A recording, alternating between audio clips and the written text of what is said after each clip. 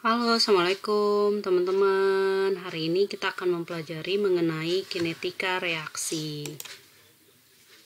Ya, yang pertama-tama kita akan membahas mengenai kinetika sendiri. Kinetika ini dipelajari dalam ilmu fisika dan dalam ilmu kimia. Dalam ilmu fisika sendiri, kinetika dipelajari dalam menganalisis gerak benda dan gerak partikel. Untuk di ilmu kimia, kinetika ini biasanya dipelajari dalam kinetika kimia. Nah, untuk farmasi sendiri, bagian kinetika yang kita pelajari adalah tentang laju reaksi pada obat.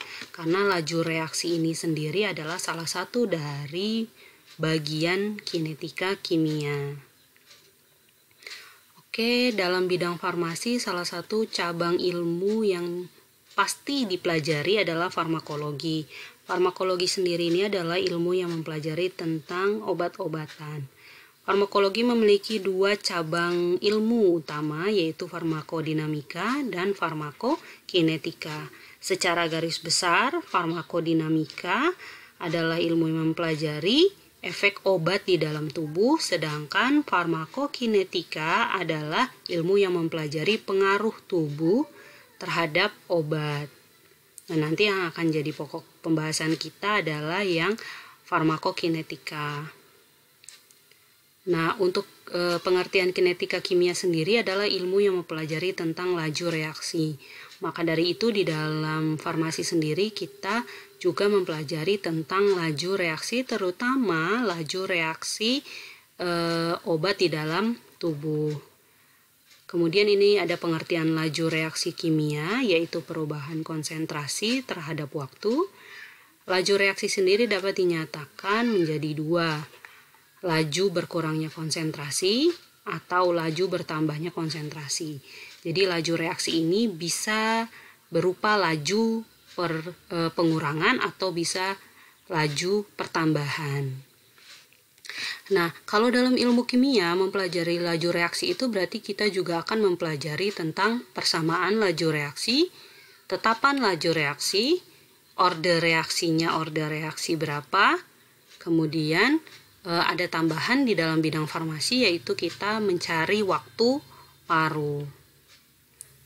Nah, ini ada beberapa definisi istilah yang teman-teman bisa lihat, yaitu order reaksi, yaitu cara konsentrasi obat mempengaruhi suatu laju. Jadi bagaimana konsentrasi tersebut bisa mempengaruhi laju. Untuk waktu paruhnya sendiri adalah waktu yang diperlukan untuk suatu konsentrasi mencapai nilai setengah dari konsentrasinya. Jadi misalnya paracetamol 500 mg. Berapa waktu yang diperlukan oleh paracetamol untuk bereaksi sehingga mendapatkan konsentrasi 250 mg atau setengah dari konsentrasi awal. Itu namanya waktu paruh. Kemudian untuk menentukan orde, kita di sini teman-teman ordenya hanya menggunakan dua orde, yaitu orde 0 dan orde 1. Nah, untuk orde 0 sendiri ini kecepatan reaksinya tidak bergantung kepada kadar reaktannya. Kemudian kecepatan degradasinya konstan. Kemudian harga waktu paruh pada reaksi orde 0 berjalan tidak tetap. Nah, ini adalah persamaan dari orde reaksi orde 0. Ya, persamaannya CT konsentrasi sama dengan CT berarti konsentrasi pada waktu tertentu. C0 konsentrasi awal, K-nya tetapan laju, T-nya adalah waktu. T setengah waktu paruh, C0 konsentrasi awal, 2 dikali K tetapan laju. Nah, ini adalah contoh grafik dari grafik orde 0. Teman-teman bisa lihat di sini karena di sini konsentrasi, maka di sumbu Y-nya menggunakan konsentrasi. Kemudian di sini menggunakan waktu dan sumbu X-nya waktu. Jadi untuk grafik orde 0 digunakannya adalah hubungan antara konsentrasi dengan waktu. Untuk orde 1, kecepatan reaksi orde pertama terhadap orde pertama secara langsung proporsional terhadap kadar suatu reaktan. Proporsional berarti teratur ya. Harga waktu paruh suatu obat pada reaksi orde 1 adalah konstan. Nah, persamaannya teman-teman, kalau yang tadi orde 1 itu hanya CT sama dengan C0. Nah, yang sini membedakan, kalau di orde 1 itu kita menggunakan ln. Ya, ln. Jadi ln CT sama dengan ln C0. Untuk waktu paruhnya rumusnya seperti ini. Nah, ini adalah grafik orde 1. Kalau teman-teman perhatikan yang tadi itu konsentrasi terhadap waktu. Kalau yang orde 1 itu ln konsentrasi terhadap waktu. Jadi pembuatan grafik ini persis dengan persamaan yang digunakan. Jika persamaan yang digunakan adalah ln CT, maka di sini juga menggunakan ln CT. Di sini hanya perbedaan huruf ya. Kalau di sini A, di sini adalah CT, tapi sama, yaitu nilai konsentrasi. Nah, ini adalah perbedaan rumus orde 0 dan rumus orde 1. Kita lihat dari konsentrasinya. Konsentrasi pada rumus orde 0 hanya CT sama dengan C0. Sedangkan rumus pada orde 1 itu menggunakan ln CT, ln C0. Jadi CT berubah jadi ln CT, C0 berubah jadi ln C0. Kemudian untuk tetapan laju reaksi nilai K sama dengan nilai B. Nah, ini nanti akan dijelaskan selanjutnya. Waktu paruh rumusnya ini, kemudian persamaan reaksi. Jadi teman-teman, persamaan reaksi yang kita gunakan adalah persamaan yang sama dengan persamaan yang mencari konsentrasi. Hanya saja jika kita mencari persamaan reaksi, maka nilai CT dan nilai T-nya tetap berupa huruf, tidak diganti menjadi angka. Contoh, misalnya CT sama dengan C0 min KT. Nah, untuk membuat suatu persamaan, maka nilai CT harus untuk membuat persamaan, maka CT harus tetap menjadi CT, tidak boleh diganti menjadi angka. Ya, jadi yang tetap menjadi huruf hanya CT dan T. Sisanya C0 dan K harus dirubah menjadi angka. Itu kalau kita mau membuat persamaan. Begitu juga untuk persamaan pada rumus orde 1 yang tetap berupa huruf adalah ln CT dan T. Untuk sketsa grafiknya sendiri tadi sudah dibahas. Untuk orde 0 itu menggunakan konsentrasi terhadap waktu, dan untuk orde 1 menggunakan ln konsentrasi terhadap waktu ya. Jadi orde 0 CT berarti di sininya CT. Ini T berarti sumbu X-nya T juga. Nah, kalau orde 1 itu dipakainya ln. Maka untuk di grafiknya sendiri kita juga tetap harus menggunakan ln. Tetap terhadap waktu. Oke, ini adalah soal latihannya teman-teman. Soal latihan ini disajikan tabel yang berisi waktu, kemudian konsentrasi obat. Nah, kita diminta untuk menentukan order reaksinya, apakah order reaksi 0 atau 1, berapa tetapan laju reaksinya atau nilai K-nya, berapa waktu paruhnya, apa persamaan reaksinya, dan bagaimana sketsa grafiknya. Nah, yang pertama-tama harus kita lakukan adalah kita harus mengetahui persamaan regresi dari data yang sudah disajikan. Nah, kita bisa mencari persamaan regresi dengan menggunakan Microsoft Excel. Nah, cara yang pertama yaitu masukkan data ke Microsoft Excel menggunakan data T dan CT. T dan CT itu maksudnya apa sih, Bu? T dan CT itu adalah tabel yang ini.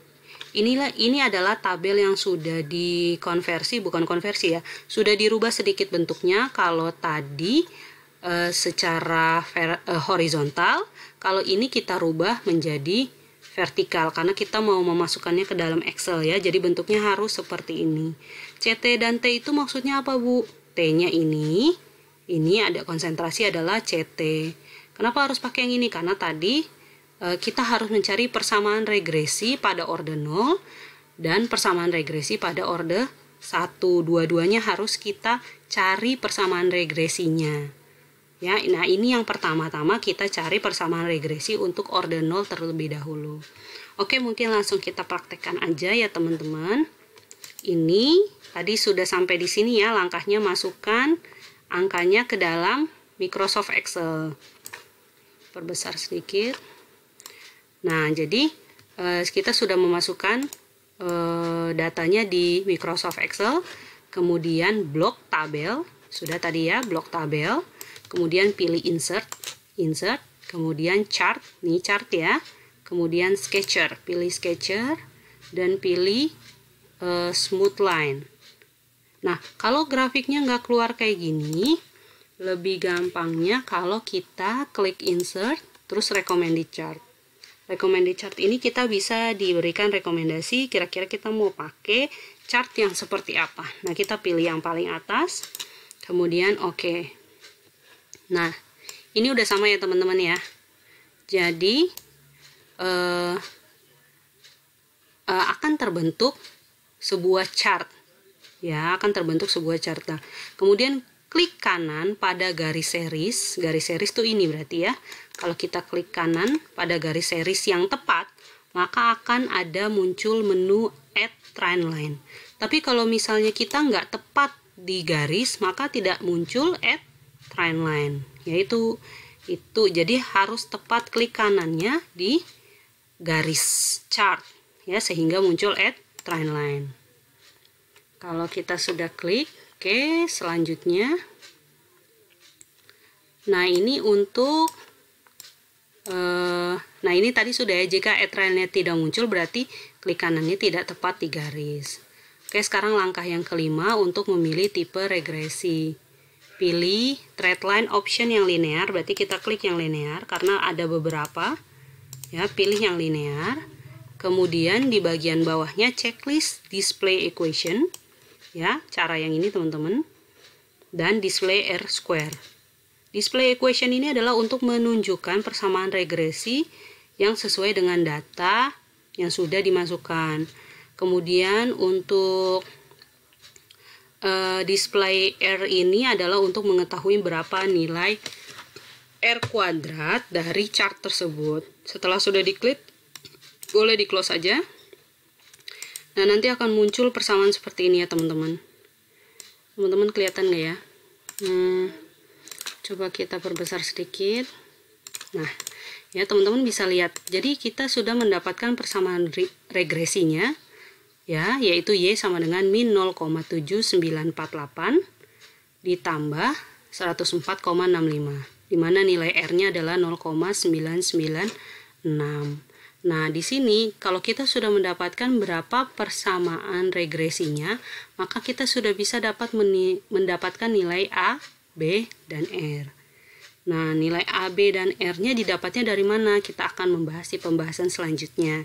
Yang penting cara untuk mendapatkan persamaan regresinya sudah dijabarkan. Nanti silahkan kalau masih belum jelas, boleh diulang-ulang aja. Oke, selanjutnya bagaimana caranya kita mendapatkan nilai ABR? Ini kita slide dulu. Nah, persamaan regresi linear. Persamaan regresi linear yaitu Y sama dengan A plus BX. Nah, ini adalah persamaan yang tadi sudah kita dapatkan dari Excel. Ya. Oke, di mana Y-nya adalah absorbansi, X-nya adalah konsentrasi, 104 adalah nilai A. Kenapa 104,65 adalah nilai A? Karena kalau kalian perhatikan di sini nilai A tidak mempunyai variabel X. Yang punya variabel X itu hanya B. Maka yang tidak punya variabel X kita namakan A. Yang punya variabel X kita namakan B. Nah, kemudian tanda minus di sini menunjukkan bahwa grafik mengalami penurunan. Namun tanda minus ini tidak digunakan di dalam perhitungan. Sehingga karena tadi sudah kita jabarkan satu persatu, maka kita bisa tahu nih nilai A tadi sudah ya 104. Kenapa 104? Karena tidak ada variabel X-nya, maka itu adalah nilai A. Kemudian nilai B-nya adalah 0,7948. Nilai R-nya dapat dari mana? Nilai R-nya tadi dapat dari yang R kuadrat pada tabel. Ya. Oke. Nah, sekarang ulangi langkah 1 sampai dengan 6 untuk menggunakan